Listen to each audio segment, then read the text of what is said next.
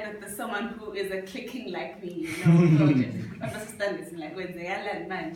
as Siviwe has said, it's very funny how we came across to know each other.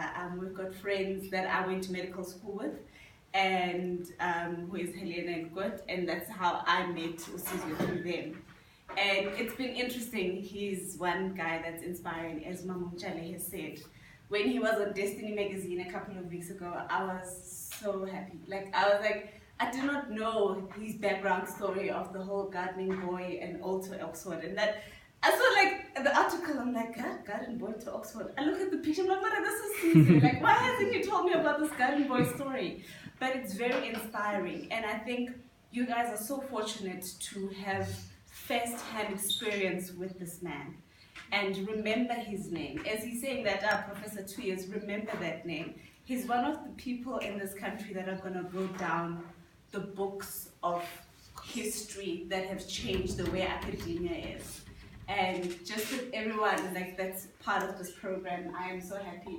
And later on, actually, about Mama Mchale, with your permission, I would like to also be part of this and donate a monthly contribution that I can, because it's I was looking at your figures and it doesn't look like a lot, but I know it can make a difference for someone else, and if I can part with that on my monthly basis, it will help someone else in my life. So just a little bit about me, as Siviwe said, this, he told me, was it in January? I can't even remember. But it was so far, I want to put my timer on so he doesn't come up here and say, I'll finish my time. So I think it was in January, and he said he'd like you to speak. And I was thinking, what am I going to say? What am I going to say? And coming back this whole week and 2 weeks, there's been so much that has been happening in our country. We lost lots of people that were icons, me, so much has been happening, especially in this month. We're reflecting as women on how people have been violated, can it be sexually, emotionally, just things that are affecting us. But I'd like to bring our topic back for today to two things mainly: dare to be different and dare to dream. I was so happy with the exercise where everybody has got no, I'd like to be a social worker, I'd like to be a lawyer, nobody said lawyer actually. Wow. Nobody wants to speak lies. That's good. But just a little bit about myself. I am the last born of 3 children. I come from the Eastern Cape, which is a very small town. It's smaller than Standerton, guys. It's one of those 1-street towns, and you're like, was that a town? And then it's gone. And my mother is a single parent. She was never married. She decided not to marry. And having grown up with my siblings, my brother is 13 years older than me. So by the time my mom had me, she thought she was done. So she was surprised, you can still have kids, So there was a big gap, and we couldn't click as much with my older siblings. And as a result, I went to boarding school because at the time my mother was focusing on her career, which she had put on hold for some time. And on the other side, so my sister and my brother have a different dad, and I have a different father as well. I think that's also the dynamics of black families. There's all of that. It's you grow up, oh, my brother, and then later on you find out, but we don't share the same father. And just in the English word says, no, they're your stepbrother, but they're not my stepbrother because we're full brothers, But anyway, that's a story for another day. So my father was a polygamist. My dad had 4 wives. He was a businessman. He was the Zoomers of the time. So he has since passed on when I was 12. But one thing I aspired about him is the fact that he took care of his family, no matter the fact that there were 4 or 5. And I think one of the reasons my mom decided not to marry was because already there were 2 wives there, and she was coming with 2 kids, and now it was all the dynamics of how it was going to pan out. But I'm letting you know of this because my dad was a businessman at heart who never went to school. He never even saw the door frame of a school, even though, people that say, no, he went to school and went home at break time and never came back. He never went to school, but he managed to, with the ideas that he had, he managed to cultivate and was in sawmill, and he did well in his businesses, and that he could sustain all those families and even people from outside that were not his kids. And one thing I learned about myself quite early on in life was that I was different. But in this difference, it took time for me to actually understand how different I was and to embrace it.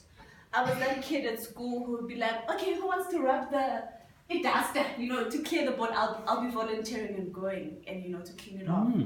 And if there was someone who was coming and they wanted us to say something, I'd be the first one to put up my hand. And for a very long time, people thought like, oh, Aria Papa, she's a teacher's pet. And I wanted to be reserved, like, okay, anytime back to the season, I'm going to show you to. And you see nobody's saying anything, and you feel inside, but I want to help, but like, bazo team, what are they going to say? And for a very, very long time, I withheld that until I got to varsity and I realized, you know what, this is where I see things from a different point of view, and I'm very analytical. I can figure out that, okay, this is not going to go right. We need to do 1, 2, 3, 4, 5 for it to get there. And embracing that and saying, okay, I'm different, and yes, I know that. I don't want you to become like me, and I don't want to become like you. Let's all realize that we've got special gifts. And for me, it was seeing that in that leadership space, I can take leadership and I can see that things go on and proceed normally. So this led me to be like very inquisitive, like in mathematics. When you start a concept, I was seeing that you guys are doing circulars and all of that. When you start a concept, I'm like, but sir, what if it goes to that? And just like, no, just wait. We have not gotten there yet, So it was all of those things, and like having to say, okay, these are the interests that I have, and I like to think of things beyond just what you're currently seeing and thinking of all the other problems that might happen as well. So during school, I did a lot, debating, acting, poetry, even website designing, which I know nothing about. I just remember binary code 0s and 1s. That's all I know right now. But beyond that, I can't tell you more. But I think it was the keen interest of learning new things. When I look back, it was taking on things that I was not comfortable and thinking that, but I can go beyond this. Like, why do I have to limit myself to exactly what I'm doing? But trying to broaden your horizon and just to look beyond what you're currently seeing. So as I said, throughout primary school, I was that kid, and even high school, and it took coming to varsity that I do not want to rob myself and go beyond. And I remember 2010, I started varsity, University of Stellenbosch, in 2010. And you get to varsity, okay, this is what happens. You're gonna apply, then they say, okay, you come. And even getting to varsity, actually, before getting there, it was people went there with their parents for orientation week. Wow. That time when everybody comes with their parents, like it's joyful. Firstly, I was there alone. No parent. I'm like, oh wow, we're supposed to bring our parents. Oh well, I didn't know. I'm here alone. And it's having to stand up and still be confident, although you don't have that support structure at that specific time, because you can see people are coming with their fancy cars. And for me, it was even a whole logistics problem, how my mother was going from the Eastern Cape, was going to get to Cape Town, and in Cape Town, where you're going to sleep, number one, how you're going to drive to the university, where you're going to be, all those logistics were a problem. And that's why I was just like, okay, Ma, I'll go alone.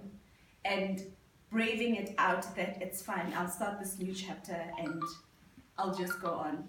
And during orientation week, so when you get there, they tell you, okay, you're going to be sleeping here, here's your roommate. If you're fortunate enough, you have someone that's very nice that you're going to share with. Otherwise, it's going to be a bumpy ride for maybe a couple of months or a couple of years. And at the time, my roommate was not there, but I was assigned to someone else. And during orientation week, our rector would tell you that, oh yes, welcome to med school. You guys all made it. You're the cream of the crop. You're the top of the country. You guys got good marks. That's why it's Stellenbosch, the best university, and so on and so on and so on. So you're sitting there like, we studied off. It paid off. Those sleepless nights in the trick, they paid off. Come first test, chemistry. I go check my mark. You still like top chip on your shoulders, like you passed well. You're not sure. Like student number. Okay, so at varsity they don't put your names, they put numbers. You're a number. All your life you'll be a number, from birth, ID number till death. Like it's just numbers. So you check your number. I'm like, no man, this can't be. Check my number again. I was like, what, 33%? I've never gotten 33% in my entire life. I went to my room, I cried my eyes out. I was like, Ma, I'm coming home. I can't do this. Like, it's just my first test, and you failed so dismally. How are you going to be a doctor if you can't even pass chemistry? Like, we have not even been to anatomy, physiology, and all these other hectic things. It's just chemistry. Like, you put chemicals together and you write formulas. And my mother relayed a story, and she said, you know what? So, just a little bit of background on my mom. There were 9 siblings, and my grandfather passed away quite early on, so they needed to move from the Eastern Cape to the Western Cape to go find work. And my mother was a domestic worker for, I think, since the age of 16. She left, she didn't finish high school. Went to become a domestic worker, ended up having her 2 kids in Cape Town. She even changed her name. She was a colored lady because of the times. She was a Christine Yankees and Boitis. Like, she changed everything, her whole identity, to make sure she fits in to the culture at the time. So by the time she came back, she already had 2 kids, had not finished school. And when she came back, she decided, you know what, I'm going to finish school. She finished school, and she got a job as a clerk, as Mr. Njali said, at the magistrate's office. And at that time, that was just like, oh yeah, I've got a job now. But she always had this yearning of for more, going for more. And looking at her peers at the time, they were in nursing colleges, and also in colleges going to study education. And she went to a uni at that time, and that's when my dad came into the picture and was helping to educate her to make sure that she finished with the studies. So she relates the story on how she came into the lecture hall. It was the first time that she saw was the lecturer. It was her very first time. And the guy got up and was talking and talking and talking and talking and teaching. And then later on, what she says she remembers was, okay, thank you so much, ladies and gentlemen. We'll see you in the next lecture. And then she was like, this whole time I was looking and fascinated by the fact that I'm being taught by a white man. The only thing I remember was that, thank you so much for attending, we'll see you in the next one. And she didn't know what ever happened. So it was also going through that it's not the end of the world. It's not over. 33% or not, I did not even know what this guy was saying till he said, thank you, ladies and gentlemen, see you in the next lecture. So it was all those challenges and embracing it that, yes, I have made it here and there are current challenges right now, but this is not the end. Quitting in first year was not the end for me. 6 years later, I have become a doctor, and 3 years later, I'm still practicing. I don't know if you guys understand what I mean. So, as I said, the whole 33% in crime. So later on in medical school, that whole idea that I still had, or the skill, or I can say that intuition within me of being inquisitive and always wanting to know more, it really brought me to where I am today, where when you have tutorials, as Usizo is one of the true lecturer, you'd see people to be like, okay, I want to demonstrate this, come, who wants to help? You know, always saying, okay, I avail myself, I'm going to help, I'm going to do this. I picked up skills that you were supposed to take out of varsity, but if you did not practice them, if you did not touch, if you did not feel, if you did not get out there and say yes, you were not going to get. It was just going to be like knowledge in, and maybe it will stay in for some time and maybe get out if you have not practiced it. But those skills have made me become the good doctor that I believe I am today, to a point where if a patient comes in, has fallen down in leadership position or not, I can take up and say, okay guys, you do this. Nurse, I want this from you, I want that.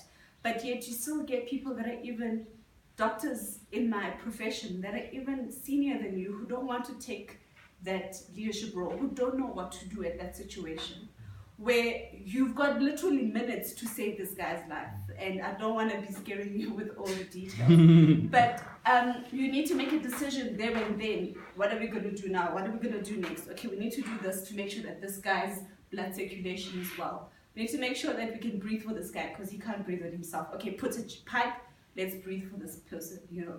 So those are the decisions, and I'm so glad that I was that inquisitive student back at university who took up those opportunities, because when you take up those opportunities right now, you can stand and say, okay, I can do this confidently because you've done it before. And at that time, you're allowed to do it because you can fail, you've got someone, your tutor is there, okay, no, you don't hold it like this, you hold it like this. But at the real life situation, there is not so much of that time. And unfortunately, I think with doctors and with health professionals is that the mistakes or the unfortunate parts of our job is that we can't correct what has happened wrong. So with being a teacher, like if the learner doesn't make it, you can try the next year and see how you can maybe make it different. But once you've lost a life or you've had an adverse event from someone, like a drug that was given or whatever, it's so hard to reverse it, especially the loss of life. You can never take it back. But with accounting, if you lose money, if you write a wrong program, you can redesign the program. With accounting, you lose the money, yes, but like we can try how we're going to get the money back. But with this line of work, there's so much gray lines in between, not the black and white that everybody knows. The gray lines in between that you can't get lives back. And this is why it is so important within this job, the guy who wants to become a doctor, the nurses, that you are very sure of your skill. Because at that time, you are the advocate for the patient. You are helping that person because they can't help themselves. You know, I mean, it's people that have got potentials to be the great people, like when people were treating Nelson Mandela. I think that the pressure that was on those doctors, you know exactly who you're treating, and to make sure that you're doing the best and you're doing everything according to how it's supposed to be done. So it comes to that inquisitiveness to want to do something, to get out there, to put yourself out there. And of course you're going to fail. That is going to happen. I mean, like every time I think of 33%, I just laugh. Like when I think of those two numbers, I just laugh. Like I'm just like, I've never gotten such a low mark in my life. And today I can tell the story and laugh about it, but at that time it was something so fragile and something so painful that I felt like I was a failure. Here I was with people from Abopolros, the most expensive schools in South Africa. Like those people pay about 120,000 rand just a year. When that money you have not even seen in your entire life, you know, and you are competing with those people, and yet you are like a 33%. Are you really even going to make it? And then here comes just another challenge that, as I was about to close off, that another experience that I had with having taken up being inquisitive and just going out there, that you develop your skills. There was a situation about 2 years ago. I had a patient in pediatrics. It was a baby that was born just a few hours, but because there was something wrong with the heart. So inside you've got a heart that's got 4 rooms and it pumps blood to the rest of your body. So what happens sometimes inside the mother's womb is that the lines that are supposed to get out of the heart get mixed around. So it doesn't give you the right amount of blood that you're supposed to have. So the heart needs an operation to be fixed because it just did not form right. Like it malformed, like maybe something else forming the other way. So we had one of those children that was born. And as I said, my senior colleagues, none of them could put up a drip, like to put up a line for the baby so that it can help the baby get better. You can take the baby to a bigger hospital so that they can get operated on as soon as possible. Because it's a matter of minutes, like 2 hours, that the baby can live with that blood supply. And being the most junior on the floor, I was able to exercise a skill that I had learned just a week before. Even being with the whole thing, okay, I'm going to do it, yes, I'm here. Being able to put up a line, like through the umbilical cord. It's all lots of details that I don't want to, bore you. And like, I see your face right now. So it's lots of details, but the crux of the matter is that being inquisitive and being out there, it put me in a place where at that moment in time, I was the only one skilled enough to help that child. So don't be scared that there will be, throughout your life, there are going to be places where you're the only one person that can help in that specific place. It doesn't mean you're better than everybody else, but at that specific point in time, it is you alone. And if you don't stand up and say, okay, I'm going to do it, then it's not going to happen. and to live with the thought that it could have been prevented had I spoken up, because you were the only specific person with that set of skill to do it. And as I'm closing off, I'd just like to thank the parents and the teachers for being that support structure. As Siviwe said, the whole idea is to bring this generational gap together. How do we mold these two to come, or actually all these generations to or more? How do they come together? How do we move forward?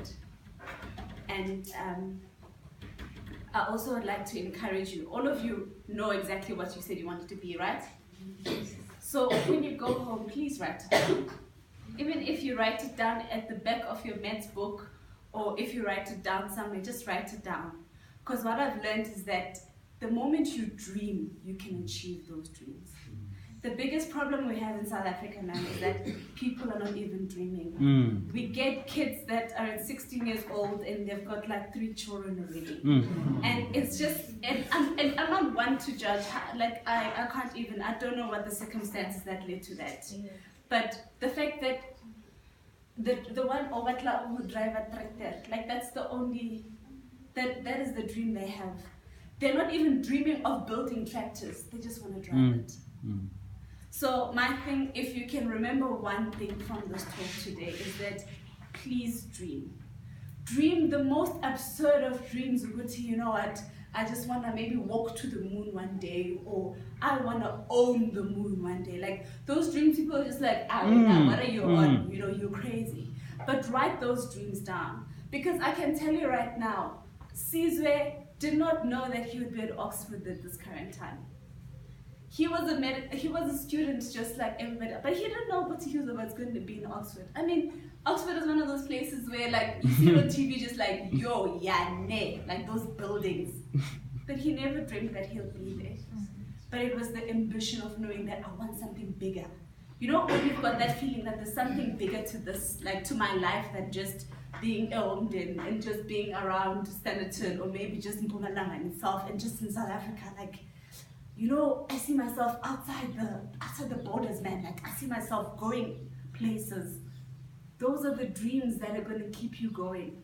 And once you write those down, you will not forget it. Like ink and paper. You look back and you'll be like, yo, I remember, grade 12, wow, where am I? And you track yourself and you see, okay, I've done this. Okay, I've not done this. Actually, we still need to go back there. And that's a way that you continue being sustainable and encouraging other people to dream. Because when you dream, you are making a better place for South Africa, a better place for Africa, a better place for the world. So it's not just about us, it's bigger than us. Just an example, when Siviwe presents in Oxford, they don't even know where Mpumalanga is. Some of them don't even know where South Africa is. You'll be surprised something that you put his hamba and you know, they'll be even asking stupid questions like that. But his experiences and the fact that he has worked with you and like he's child of the soil, there's nothing different. But yet he's able to take his experiences to those people that he thought he would never meet.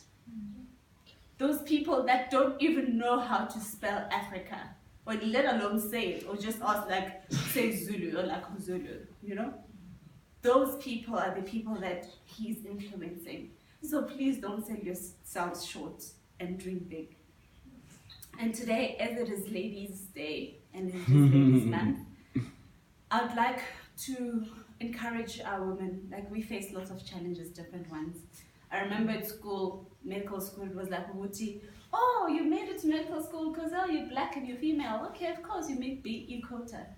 And I was like, no, I deserve to be here. Like, what do you mean I make BE quota? So those are the things that you need to tell yourself. And it's a struggle that I'm still currently dealing with, even now at postgraduate level, where people really see you just as like, oh, you're the face that we need, like in a company, like you're black and you're female, and oh, you're so well spoken. But I'm just like, no, but I deserve to get there. It's not because of my skin color or the fact that of my gender, but because of what I bring to the table and that I can speak to. And with our politicians, Mr. Mchali, that Mr. Mchali spoke about, I had the opportunity of attending the opening of Parliament a couple of years back. And you speak with these politicians and you engage them about things that are happening on the ground. And they're like, oh wow, I didn't think that, like, you know, you're pretty and like you actually well spoken and you're clever. And it's like, but just because like they see just women as a sort of like bimbos, I can say, like just people that are pretty but don't have the intellect to engage them on things that are at higher levels. So don't be discouraged by that. Don't allow people to look at you as umfazi, but umfazi Japan. That you've got things that you offer. You can put things on the table and you can engage people at a higher level and you know exactly what you're talking about. Bangathi nje bakhuluma phezu kwakho nje hayi awazi lokho sikhuluma hayi into wena wasekhishini kuphela. No. We are more than that. We are beyond that. And I was so glad to go with one of the ladies that said, drive a Range Rover. Now one day I want to drive it. And it starts there. Yes. As much as people can think, it's vain, that's what inspires you at this time. And later on, you're going to be like, a Range Rover, I was fascinated by that. But no way, I want to own my own airplane, you know? And it just builds on top of that. But like, please don't stop dreaming. As you have dreams now, write it down.